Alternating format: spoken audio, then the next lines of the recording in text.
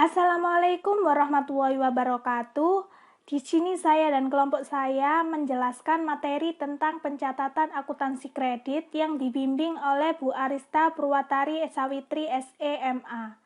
Sebelumnya perkenalkan nama kelompok saya. Yang pertama Mutiara Inka Femilia, 2 Ayuni Velia Hapsari, 3 Zulfa Vindi Devitri. Pokok pembahasan yang akan kita bahas yang pertama pengertian akuntansi, kedua jenis kredit, ketiga perhitungan bunga kredit, keempat akuntansi kredit. Pengertian kredit. Kredit adalah penyediaan uang atau tagihan yang dapat dibersamakan dengan berdasarkan persetujuan atau kesepakatan pinjam-meminjam antara bank dengan pihak lain. Jenis kredit menurut bentuknya. A. Kredit rekening koran. Kredit di mana debitur diberi hak untuk menarik dana dalam rekening korannya sampai dengan sebesar plafon yang ditetapkan bank.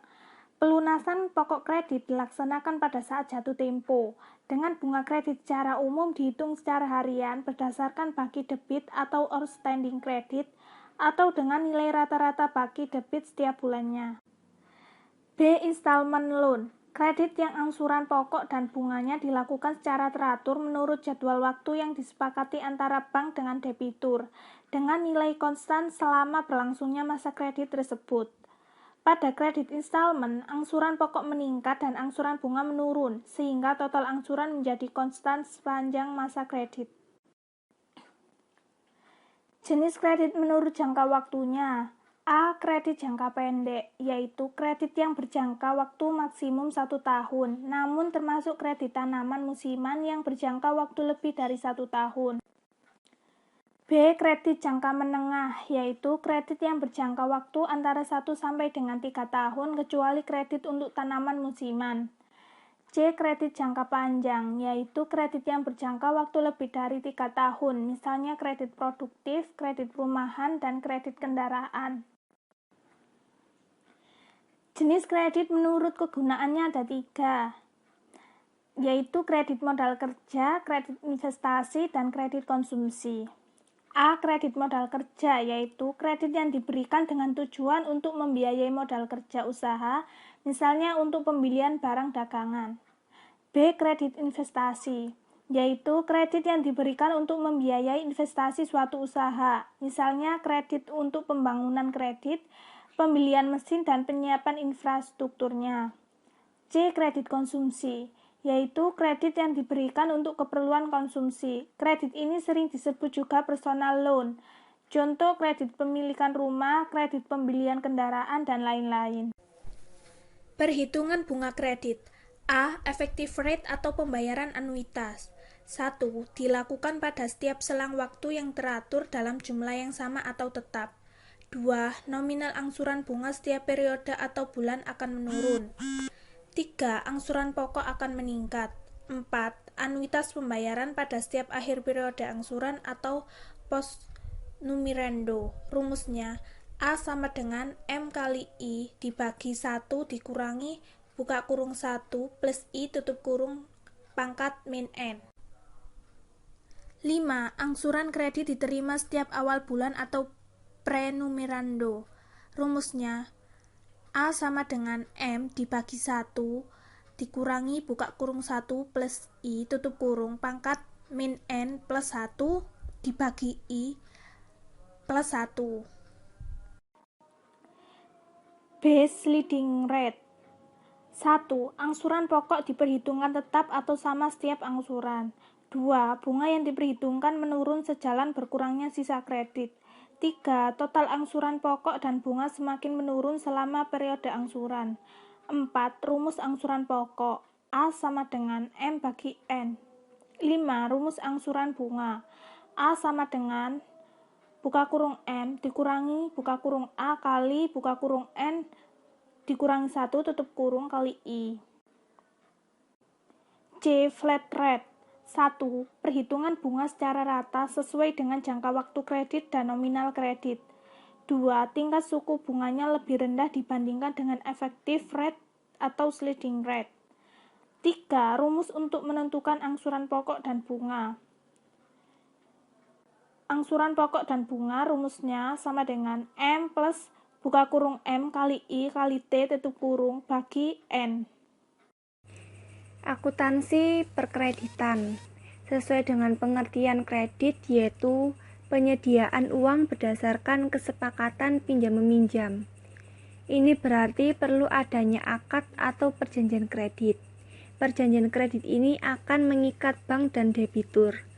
Pengikatan tersebut tidak bisa dibatalkan oleh salah satu pihak selama syarat-syarat terpenuhi atau dipenuhi oleh kedua belah pihak. Bagi bank, pengikatan diri dalam perjanjian kredit berarti sebuah komitmen untuk memberikan kredit kepada debitur.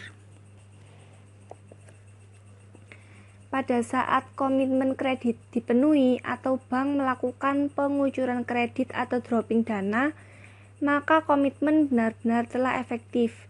Dengan demikian, seluruh rekening komitmen kredit dimaksud harus dihapus atau dikreditkan sebesar nilai yang direalisasikan. Realisasi kredit bisa sekaligus sebesar plafon atau secara bertahap.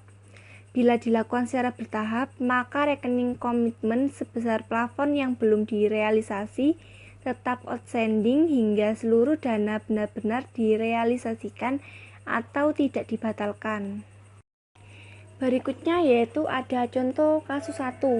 Tanggal 25 April 2017, Anita Firdaus mengajukan permohonan kredit kepada Bank Mitra Niaga Semarang sebesar 50 juta rupiah.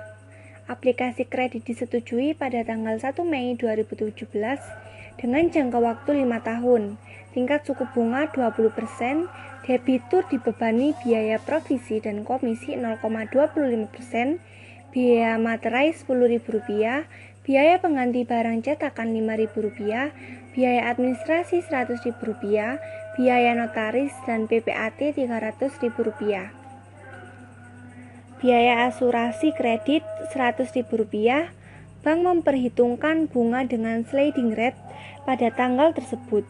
Anita Firdaus langsung mencairkan kredit sebesar 50 juta rupiah dengan perincian transfer ke cabang Cirebon 20 juta rupiah dikreditkan ke rekening giro Anita Firdaus 20 juta rupiah dan sisanya tunai.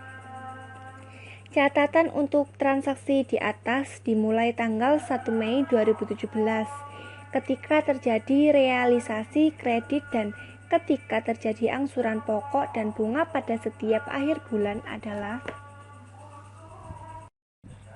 Berikut adalah penulisan jurnalnya, yaitu pada tanggal 1 Mei 2017 mendebit kredit yang diberikan sebesar 50 juta rupiah. Kemudian mengkredit RAK cabang Cirebon sebesar 20 juta rupiah. Mengkredit giro Anita Firdaus sebesar 20 juta rupiah. Mengkredit provisi dan komisi sebesar Rp250.000.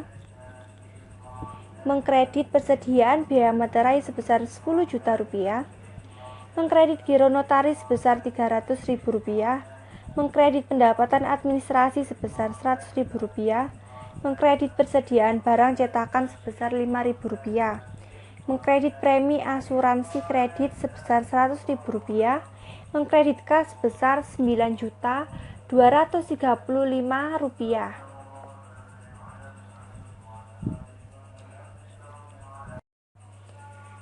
Pada tanggal 1 Juni 2017 mendebit giro Anita Firdaus sebesar Rp1.666.666,66 Kemudian mengkredit kredit yang diberikan sebesar Rp833.333,33. Kemudian mengkredit pendapatan bunga kredit sebesar Rp833.333,33 Pada tanggal 1 Juli 2017 mendebit giro Anita Firdaus sebesar Rp1.652.778,33. Kemudian mengkredit kredit yang diberikan sebesar Rp833.333,33. Mengkredit pendapatan bunga kredit sebesar Rp819.445,00. Kalau diperhatikan, pencatatan transaksi tersebut langsung dicatat pada rekening real dan nominal, tanpa didahului pencatatan pada rekening administratif. Hal ini dilakukan karena akad kredit dan pencairan kredit dilakukan satu waktu, yaitu pada tanggal 1 Mei 2017. Sedangkan angsuran bunga setiap periode semakin menurun. Dengan demikian, total angsuran juga menurun seperti tampak pada tanggal 1 Juni dan pada tanggal 1 Juli 2017. Angsuran tersebut diasumsikan dibayar atau atas beban rekening giro Anita Firdaus. Dalam praktik, bisa saja angsuran diterima bank dalam bentuk cek bank lain, warkat transfer masuk, warkat inkaso, uang tunai ataupun slip penarikan tabungan. Untuk selanjutnya bisa dilakukan jurnal angsuran pokok dan bunga yang sama dengan jumlah penurun atau slide rate sampai dengan jatuh tempo kredit. Kemudian, bagaimana bila kredit dicairkan tidak di hari akad kredit? Dalam hal seperti ini, bank akan melakukan pencatatan pada rekening administratif terlebih dahulu dengan jurnal kredit rekening. RAR fasilitas kredit yang belum ditarik sebesar plafon kredit yang belum di-dropping atau direalisasi atau belum ditarik. Rekening ini akan lenyap seiring pencairan kredit dengan cara mendebit RAR fasilitas kredit yang belum ditarik sebesar penarikan kredit. Contoh, aplikasi kredit Saudara Sancai disetujui Bank Mandiri Semarang pada tanggal 1 Mei 2017 dengan plafon kredit sebesar 600 juta rupiah, suku bunga 24% dengan jangka waktu 3 tahun atau 36 bulan. Dalam transaksi ini, Bank Mandiri Semarang membebani biaya provisi dan komisi 1%, biaya administrasi 200.000, biaya notaris 4 juta, biaya materai 50.000, biaya asuransi kredit 3 juta rupiah. Pada tanggal 15 Mei 2017, Saudara Sancai baru datang ke bank dan menarik dananya dan dikreditkan ke rekening gironya sebesar 300 juta rupiah untuk ditransfer ke Bank Mandiri Cabang Bandung sebesar 200 juta, sisanya ditarik tunai. Pada tanggal 1 Mei 2017, mengkredit RAR fasilitas kredit kepada nasabah belum ditarik sebesar 600 juta rupiah. Kemudian pada tanggal 15 Mei 2017, mendebit RAR fasilitas kredit kepada nasabah belum ditarik sebesar 600 juta rupiah dan mendebit kredit yang diberikan sebesar 600 juta rupiah. Mengkredit RAK Cabang Bandung sebesar 200 juta rupiah, mengkredit Giro Sancai sebesar 300 juta rupiah, mengkredit provisi dan komisi sebesar 6 juta rupiah, mengkredit persediaan bea materai sebesar 50.000, mengkredit Giro notaris sebesar 4 juta rupiah, mengkredit premi asuransi kredit sebesar 3 juta rupiah, mengkredit kas sebesar 86.950.000 rupiah.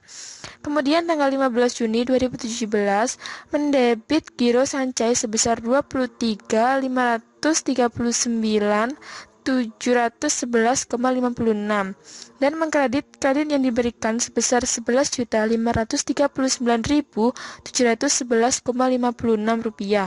Mengkredit pendapatan bunga kredit sebesar 12 juta rupiah. Selanjutnya, perlakuan akuntansi bunga kredit. Bunga kredit dibukukan tersendiri, terpisah dengan angsuran pokok kredit. Perlakuan bunga kredit akan dilihat dari kualitas kredit yang memberikan bunga. Bila kredit tergolong lancar, maka bank dapat menerapkan accrual basis.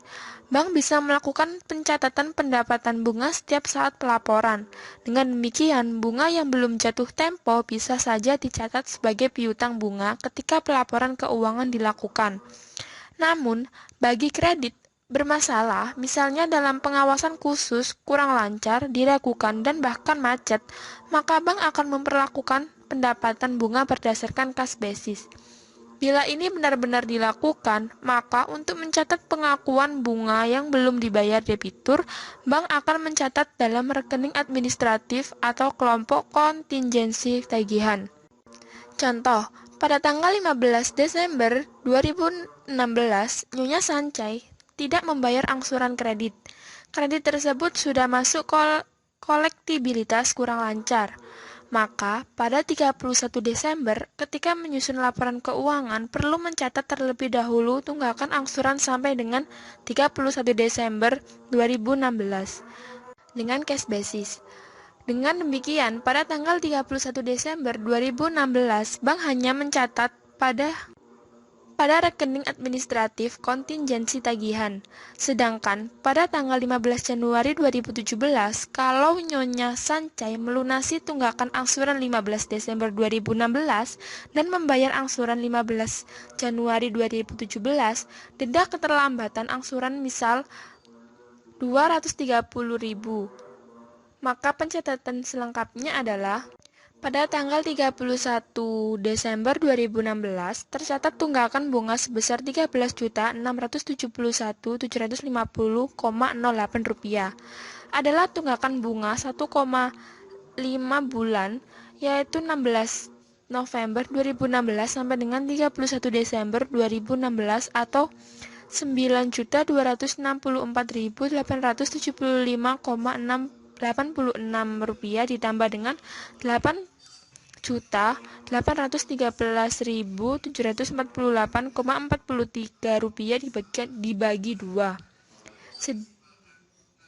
Sehingga mendebit RAR tunggakan bunga dalam penyelesaian sebesar Rp13.671.750,08. Sedangkan untuk transaksi 15 Januari 2017 bahwa angsuran pokok kredit dan bunga adalah 2 bulan, 16 November sampai dengan 15 Januari 2017. Pencatatannya yaitu mengkredit RAR tunggakan bunga dalam penyelesaian sebesar Rp13.671.750,08. Mendebit kas sebesar Rp44.039.715,06. Mengkredit kredit yang diberikan sebesar Rp26.251.090,77. Mengkredit pendapatan bunga sebesar Rp18.078.624,29 dan mengkredit pendapatan lain-lain sebesar Rp230.000. Bila kredit tersebut masih tergolong lancar atau dalam perhatian khusus, maka bank menggunakan accrual basis, yaitu bank beserta A nominal sebesar 20 miliar dengan bobot 0,20, suku bunga individual 19%, suku bunga tertimbang 3,80%. Kemudian B dengan nominal 10 miliar dengan bobot 0,10, suku bunga individual 20%, suku bunga tertimbang 2,00%. Kemudian C, 30 miliar dengan bobot 0,30, suku bunga individual 20%, dan suku bunga tertimbang 6,00%. Kemudian bank peserta D dengan nominal 40 miliar dengan bobot 0,40, suku bunga individual 18%, suku bunga tertimbang 7,20%. Dengan memperhatikan perhitungan tersebut, suku bunga kredit yang dibebankan dengan debitur adalah 19%. Tingkat suku bunga ini kemudian menjadi dasar untuk menentukan nilai angsuran pokok dan bunga serta distribusinya bagi masing-masing bank peserta. Dengan asumsi realisasi kredit ini tanggal 31 Mei 2017 dan bank mengenakan biaya provisi dan administrasi sebesar Rp80 juta, biaya asuransi Rp200 juta, bunga sliding rate untuk jangka waktu 2 tahun diangsur setiap akhir bulan. Pencairan langsung dikreditkan ke rekening giro PT X, maka pencatatan pada tanggal 31 Mei 2017 di Bank A adalah sebagai berikut. 31 Mei 2017, mendebit kredit yang diberikan sebesar 100 miliar. Mengkredit giro PT X sebesar 99.720 juta rupiah.